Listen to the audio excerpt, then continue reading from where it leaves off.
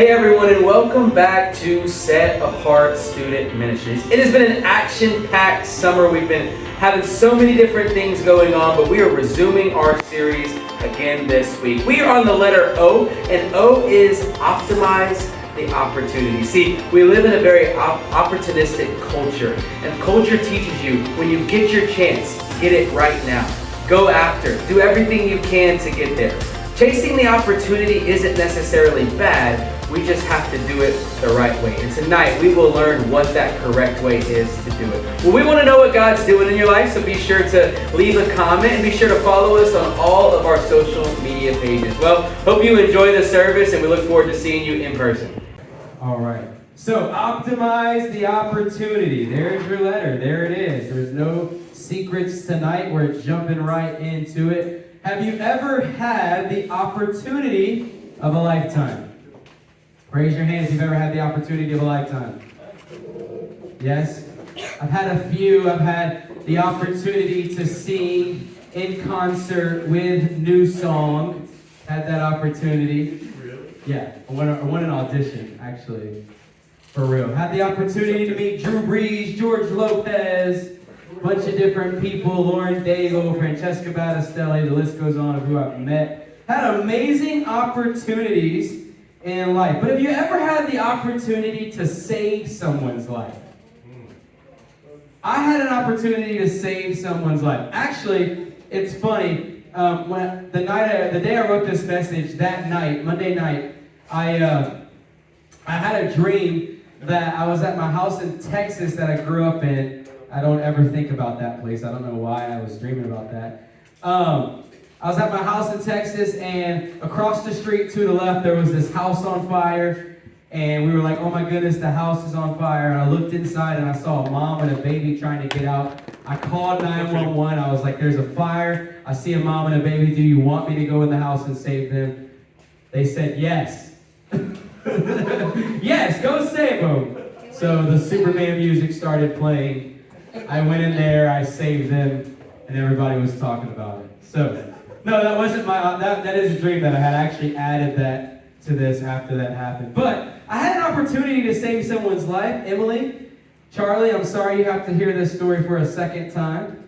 It's definitely not one of your favorites. But I was at Grady B's a few weeks ago, and she said, oh. Yeah, she knows. I actually told this story the week after it happened in junior high. I was at Grady B's a few weeks ago, and we got this customer that come in. Now, as a server, just to be real with you, we don't really like tables of one person because our tip percentage goes down. It's not the thing. But I mean, I treat every table the same. I try to at least, you know. I look at that as an opportunity to be more personal with the customer. Look at that opportunity. You know, I got the one-on-one. I want to be more personal with them. So this guy comes in, and man, he is just the nicest guy. He's an elderly gentleman, probably 60, 65.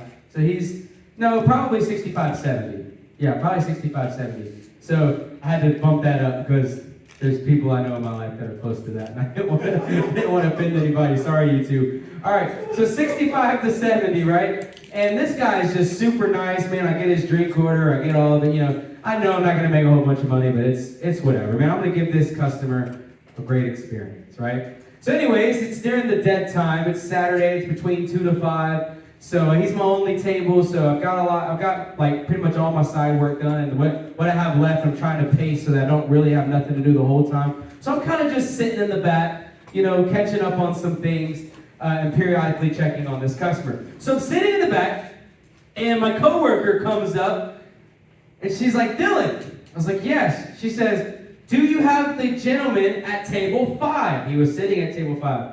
I said, yes, that's my table. That's my one top's a table with one person. She says, he's choking. Wow. Okay. All right.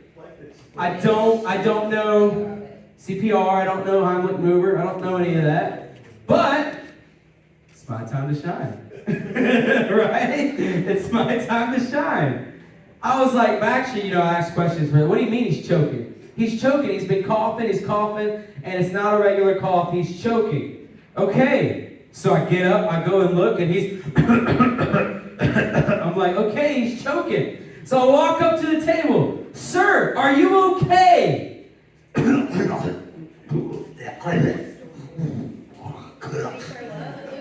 sir. He had a high-pitched voice. He's like, yes, sir, thank you. I'm just fine. Actually, that almost sounded exactly like that. That's crazy. I literally heard him when I did that. That was crazy. He's like, yes, sir, I'm fine.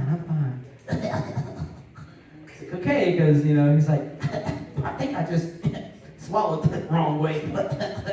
At this point, he was getting ready to cash out. Now, we have handhelds where we have to give it to them. They swipe the card, they sign it, all that. He does not stop coughing. All right, so I'm like, this dude is dying. Like this is it, you know, this is it.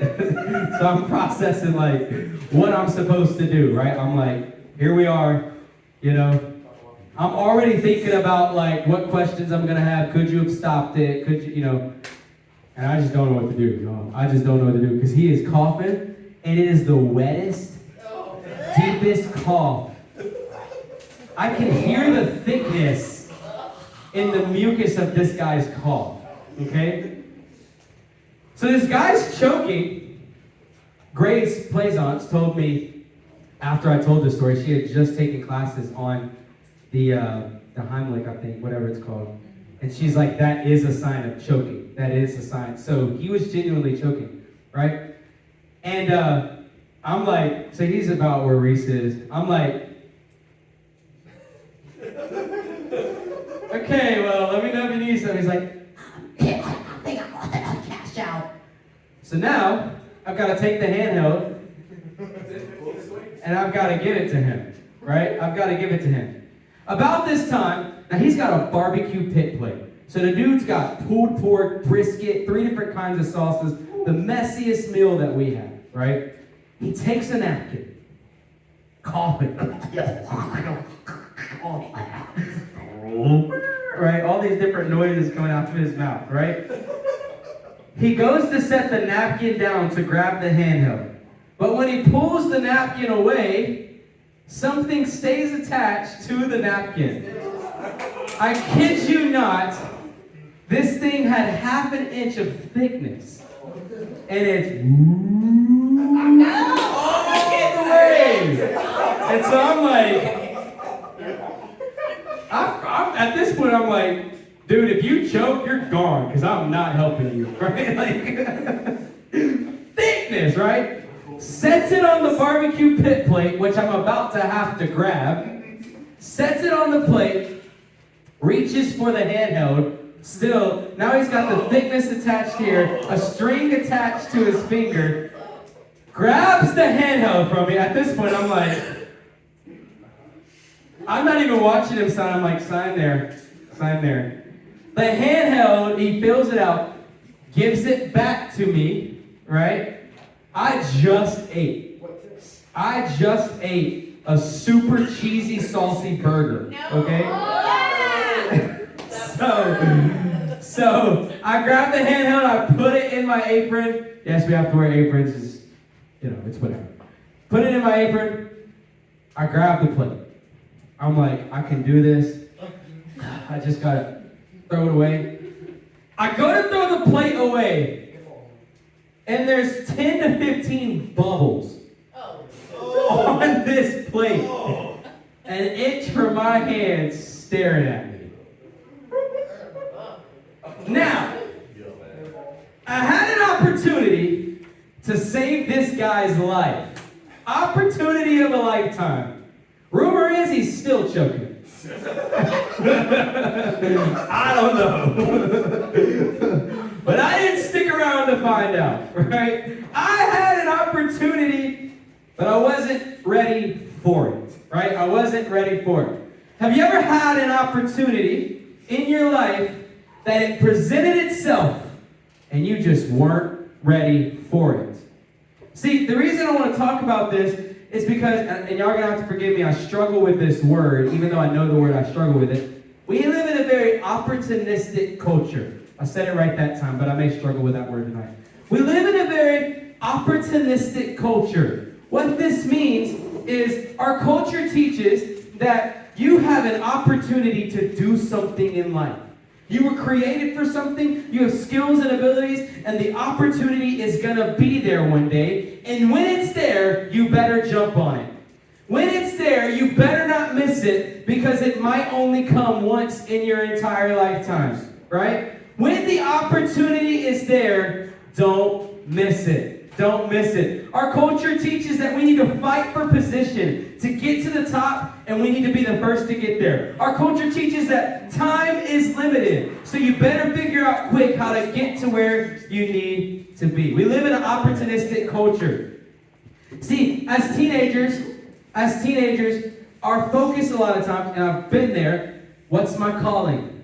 What's my purpose? What's the one thing God created me to do? This is the question we ask ourselves. And listen, it's not a bad question. It's good to want to know why God made you, right? But we end up in one of two places in this quest to figure out our purpose. We're either trying to figure out what it is, or we know what our calling and purpose is, and we're just trying to model those. And what happens is, when we know what our calling and purpose is, we look at those that are where we think that path leads. Like, oh, I'm called to be a businessman. So we find the most successful businessman that we see on the outside, and we try to model them. We try to be exactly like them. Or I'm called to be a preacher. So we find the most successful preacher that we know, and we try to model them, right? We try to stay up with all the trends and patterns so that we don't miss out and so that we don't mess up.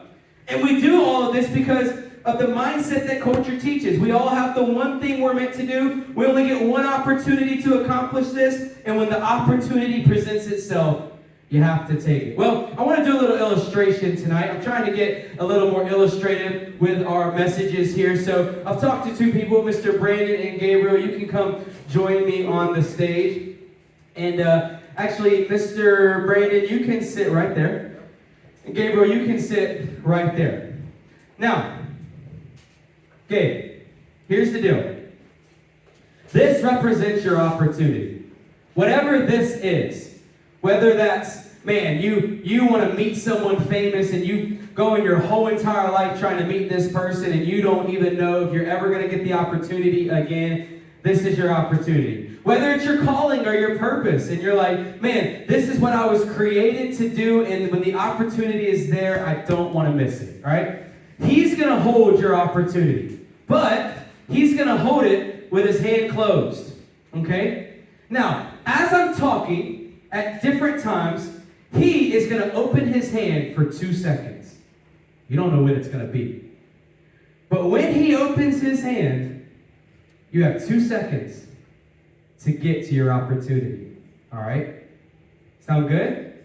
It's going to be fun. Do I have to stay here the whole You do not. You have to when his hand's closed. That makes sense? We'll say 3 seconds. How's that?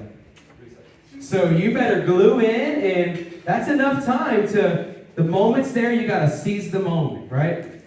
You got to seize the moment. So when the opportunity presents itself, you need to be there. You need to go get it, okay? All right, so we're going to do this for a little bit to demonstrate what we're supposed to do when the opportunity presents itself, okay? When the opportunity presents itself. It was close, man. It was close. Now, here's the deal. This mindset that culture teaches isn't fully wrong. As Christians, it's not really a bad thing to optimize the opportunity. As a matter of fact, it's our letter tonight. Optimize the opportunity. It's a good thing that when the opportunity is there, you take it. It's a good thing that we're looking for opportunity. We're looking for the right moment, right? And when it's there, we take it. These are a good thing. But the culture's approach to optimizing the opportunity, what it's led to is it's led to ministry leaders falling short and leaving their family because they're so focused on having the biggest and best ministry. Because they want the opportunity when it's there. It's led to many fathers and mothers leaving the home because they're so focused on work and money that they forget about their family. As Christians, we're supposed to optimize the opportunity, but this is a destructive way that the enemy has taught us how to do it. Here's what I'm trying to say. You were created for a purpose. You were created for a plan. You were created to do incredible things for God. And when that opportunity presents itself, you need to be there to take it, right? See, sometimes we feel like this, right? Sometimes it's like I'm so close to the opportunity, but I'm so far away as well, right? When that opportunity is there, we got to take it, right? But this mindset isn't exactly right. Yes, there's an opportunity for you that only you have, that God has created you for. But what we don't need to do is be so focused on, I've got to get to the one thing. I've got to do everything I possibly can so that when an opportunity is there, I take it, right? This isn't the right mindset. But we do have to be ready and available when God is ready to use us. We have to step into the moment when the opportunity presents itself, and we have to seize the moment, right? You got it, dude. You got it. I promise this is going to be fun for you. Don't worry. I promise you will get something for playing along. All right. So, the opportunity is the fullness of what God wants you to do, right? But sacrificing everything now in hopes of what you may get in the future is not the way to optimize the opportunity.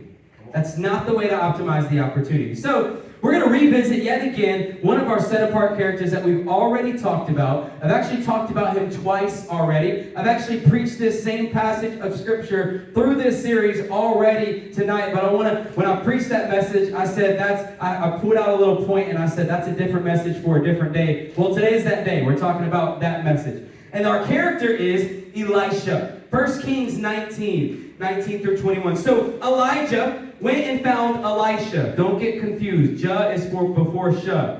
Elijah went and found Elisha, son of Shaphat, plowing in a field. There were 12 teams of oxen in the field, and Elisha was plowing with the 12th team. Elijah went over to him and threw his cloak across his shoulders and then walked away. Elisha left the oxen standing there, ran after Elijah and said to him, "First let me kiss my father and mother goodbye, and then I will go with you." Elijah replied, "Go on back, but think about what I have done to you." So Elisha returned to his oxen and slaughtered them. He used the wood for the plow to build a fire to roast their flesh. He passed across the meat to the townspeople, and they all ate. Then he went to Elijah as his assistant. Here's what happened. Elijah had this cloak, and what he was doing, he was passing the mantle or passing the cloak to Elisha. By doing this, he's telling Elisha, hey, I am a prophet of the land, but guess what? You're next.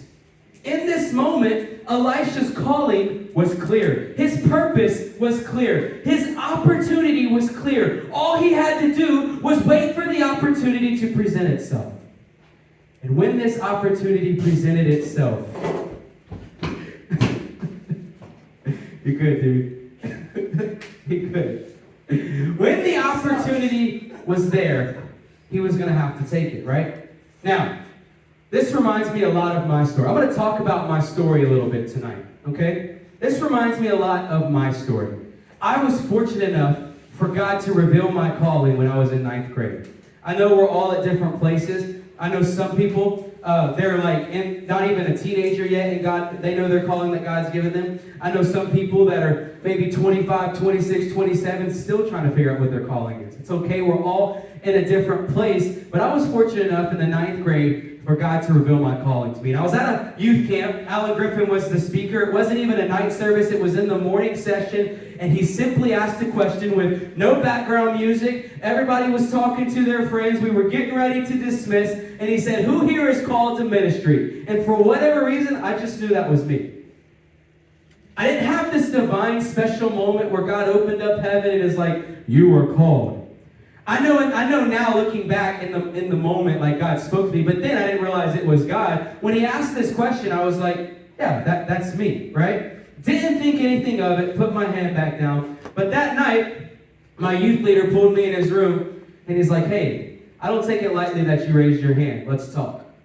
And we had a 2-hour conversation of what it meant to be called by God. And then the calling became real. And in that moment, I was like, okay, I'm called to ministry. And I have this mindset. One day I'm gonna be leading a ministry. One day I'm gonna be on a stage in front of thousands of people speaking truth. They're all gonna be clapping at my amazing points. This is what it means to lead a ministry. This was my mindset in ninth grade.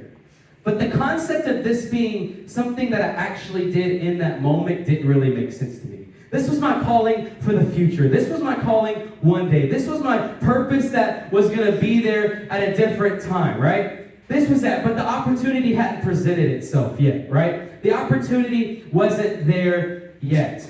So,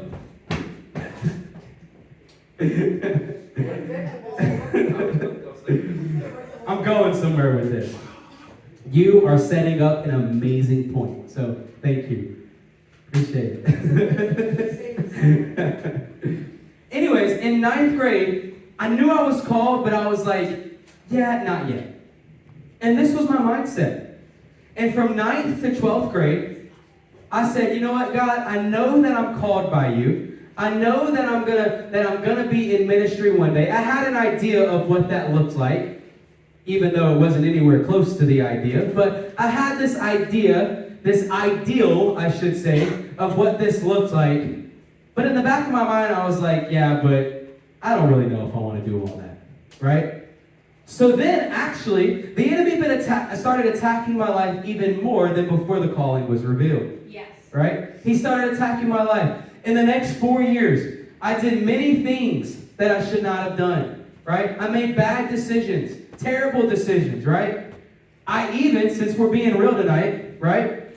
I even got to a place where I was waiting for someone to take a pregnancy test, right? Because I didn't really know what was going to happen in the future. I was not taking it seriously, okay?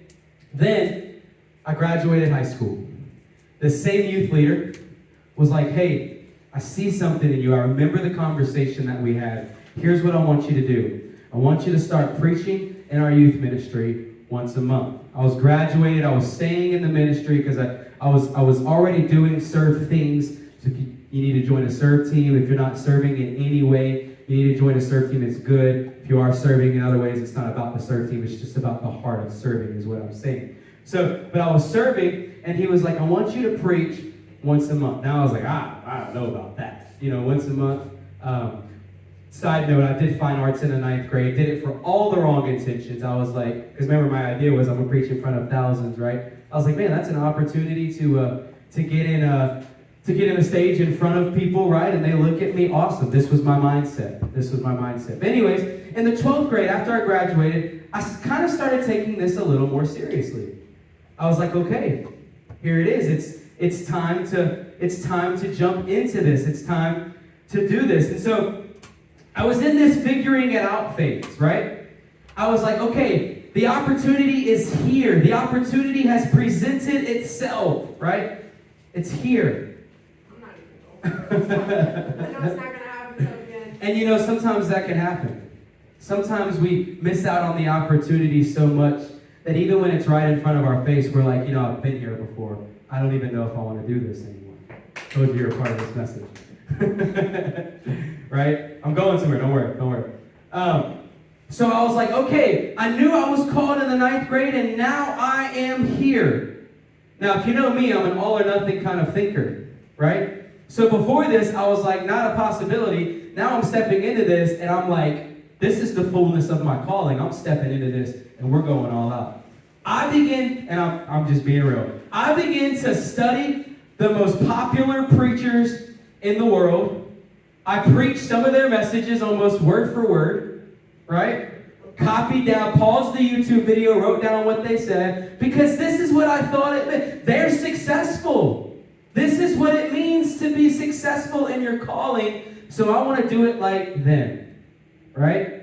I had this ideal in my mind of what it looked like, of what this opportunity looked like, and I did everything I could to chase after the idea of success that I had in my mind. I had an idea of what God's opportunity for my life looked like, and I formed a plan of what it looked like, and I wanted to make sure I didn't miss the opportunity when it presented itself.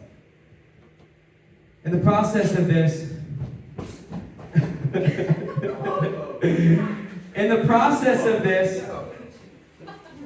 I was losing myself. I was being intentional and focusing on who I was going to be, but I wasn't taking care of who I currently was. Amen. Right? I began to lose myself. I didn't realize it, but when God called me in the 9th grade, he started a 10-year process in my life. 10-year process. He was creating me to be the man of God that I need to be, first for my family. The man of God I needed to be, well, actually first for him. First for him, second my family, and third for my ministry. He was preparing me. And this reminds me of the journey of Elisha. Imagine, now, I didn't mention this earlier, Elisha was stinking rich. Okay? Money was cattle back then. Money was oxen. Money was that stuff. And the dude's dad had a bunch, right? He burned all of this. He burned his inheritance. He literally took the scripture seriously when it's like, leave everything behind for what God wants for your life. He went after God, and I'm sure that he had these ideals of what it looked like. He knew his calling, right? And if it was us, we would have had an idea of what it looked like. But the process often doesn't look like we think it looks. And I'm sure it was the same for Elijah as well. It's not about the ideal that we set up, right? And then we have to recognize what opportunity is. The opportunity is not the one thing, it's the opportunity to allow faithfulness to carry you. And this should be your last blank. What happens in our Christianity, we put so much emphasis on the purpose that we neglect the person in the process.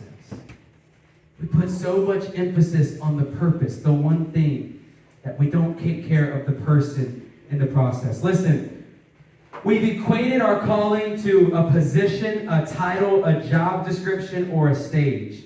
And so that becomes the goal. So much so that we forget that it's not a title we hold, but it's a mantle that we carry. Here's what I'm getting you to see. We so often ask the question, what's the calling? What's your purpose? But I want to ask a different question tonight. Who are you now, and what are you doing now to be present in the opportunity that God has for you? Let me put it to you this way. If you're called to own a business, are you being faithful with your finances now? If you're called to be a stay-at-home mom, are you being intentional in growing your love for people now? If you're called to ministry, are you getting in God's presence and allowing yourself to be stretched even when it's uncomfortable? If you're called to missions, are you giving to missions now? We've got to be present. We have to realize that with this opportunity, we have to be present. What is God trying to do in your life now? And are you approaching every moment like it's a God moment?